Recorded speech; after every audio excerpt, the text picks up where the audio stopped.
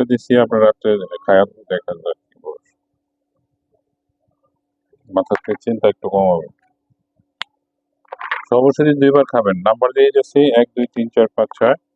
আপনি এভাবে মানে সকাল থেকে দুপুর পর্যন্ত একবার খাবেন।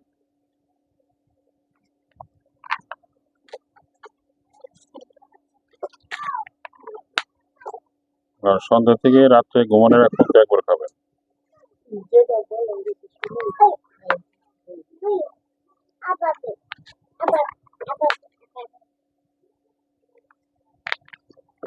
কেমনে খাবেন একটু দেখাই দিই আপনাকে।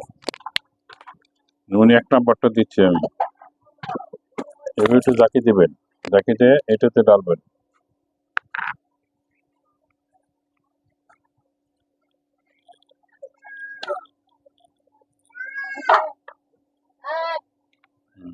এটা হাতে টাচ করবেন না, এটাতে ডাইরেক্ট মুখে দেন।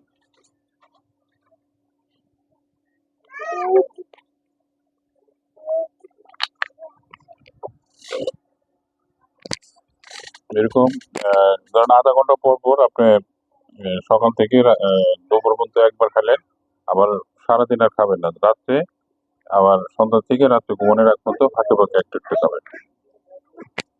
আধা ঘন্টা পর সকালে হ্যাঁ, 1 নাম্বার দিয়ে দিচ্ছি। 1 নম্বর খাইলেন, এরপরে 2 নম্বর খাবেন, এরপরে 3 নাম্বার, এভাবে 6 পর্যন্ত। আবার সারাদিন নাই, আবার রাত্রে আবার এভাবেই খাবেন। সকাল থেকে দুপুর পর্যন্ত মানে সন্ধ্যার আগ পর্যন্ত 6টা শেষ করবো। আবার সন্ধ্যার পরে থেকে আবার রাত্রে ঘুমানোর আগ পর্যন্ত, তখন গ্যাপটা বেশি দিবেন যাতে তার কাজ কম। 12টা পর্যন্ত কাজ করবো। এটা শেষ করে পরে কোর্সটা নিবেন, এবং মাঝখানে একটু জানাই যাবেন কি অবস্থা, ব্যথা পুষ টুইস সার্বিকভাবে জানাই যাবেন। আর কথা বলি, এই যে চুলকায় এরকম অ্যালার্জি আছে, অ্যালার্জির লক্ষণ। ডিরেক্টলি বলি, বাবু যখন হয় তখন টেস্ট করে দিয়ে ওরা এই যে কি বলে জন্ডিস, জন্ডিস ধরা পড়ছে, কি বলে হেপাটাইটিস, হেপাটাইটিস, হেপাটাইটিস কি বি ধরা পড়ছে। এই ধরা পড়ছে। তো ভূমিষ্ঠ হওয়ার 1 মিনিটের মধ্যে একটা ইঞ্জেকশন দেওয়া লাগছিল,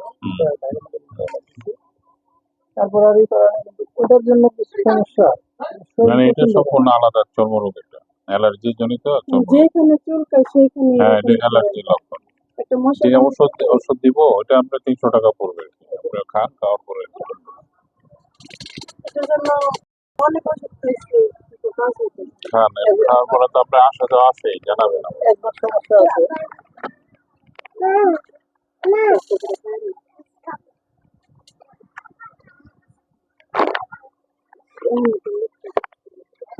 আর দুষ্টামি কমার জন্য বড় একটা ওষুধ খাই, দুষ্টামি কমার জন্য।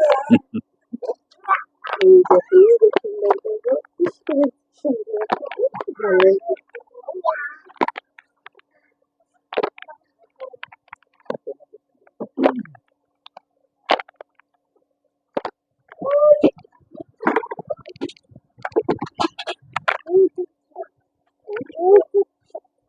আসসালামু আলাইকুম।